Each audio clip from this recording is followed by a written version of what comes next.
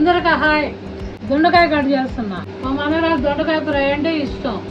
ఆలుగడ్డ ఫ్రై, దొండకాయ ఫ్రై, ఏదైనా ఫ్రైలో ఎక్కువ తింటుంది. ఇదే 4 మెతుకుల కోసం 3 పొయ్యిలు పెట్టుకోవాలి. దొండకాయ సన్నగా తరిగి నూనె వేసి ఆవాలు వేసి అది కాలినాక దొండకాయ వేసి సిమ్ మీద పెడతా. పైన మూత పెడతా. దొండకాయ పచ్చిగానే ఉంటుంది, వేగిపోద్ది. దాని తర్వాత ఎల్లుల్లిపాయ కారం వేసుకొని వేడి వేడి అన్నంలో వేసుకుంటే సూపర్ ఉంటుంది. మీరందరూ కూడా ఇట్లా చేసుకోవాలి.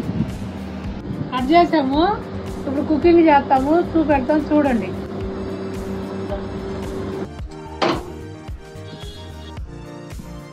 ఆవాలు, జీలకర్ర, ఆవాలు,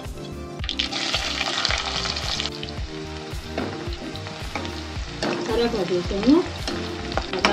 దొండకాయ కట్ చేసుకున్నాము. దొండకాయ లైట్ చేసుకోవాలి. పసుపు ఎక్కువ వేయొద్దు దొండకాయ ఫ్రైకి.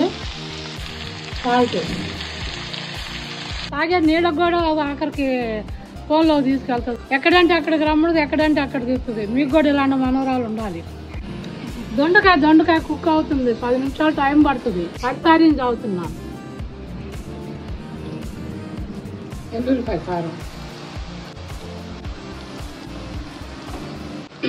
ఎల్లుల్లిపాయ కారం మంచిగా ఇట్లా గోలించుకుంటే వేపుకుంటూ ఉంటే మంచిగా ఉంటుంది. తిని చూడండి. సూపర్. కొంచెం ప్రేమగా మనవరాలు కదా, నిదానంగా వేపి టేస్ట్గా పెడతా. ఎందుకంటే పీచులు మా మనవరాలు నేర్చుకోవాలి. ఇలాంటి వంటలు చాలా చేయాలి. ఎన్ని చూస్తే ఎదగవచ్చు. మా కాలంలో మా అమ్మ లేదంత నూనె వేసి ఉల్లిపాయ కొట్టి అట్ట వేసేవాడు మాకు. ఇప్పుడు అంతా జనరేషన్ మారిపోయింది. మంచి వెరైటీ ఫుడ్ తింటున్నారు. ఇగో అన్నం తిను వేసుకొచ్చాను, ఇక్కడ పెడుతున్నా తిను. ఇగో నెయ్యి వేస్తున్నా. ఇది నెయ్యి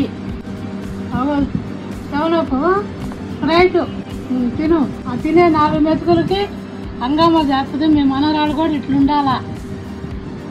నిద్ర బాగానే మా అమ్మాయి దుప్పటి కప్పుకుంటుంది. ఎండాకాలం అయినా చలికాలం అయినా చూడాలంటే చూడండి. మా అమ్మాయి దుప్పటి కప్పుకొని నిద్రపోద్ది. నేను చెప్పి ఫోటోలు పెడతా. సూపర్ తిను.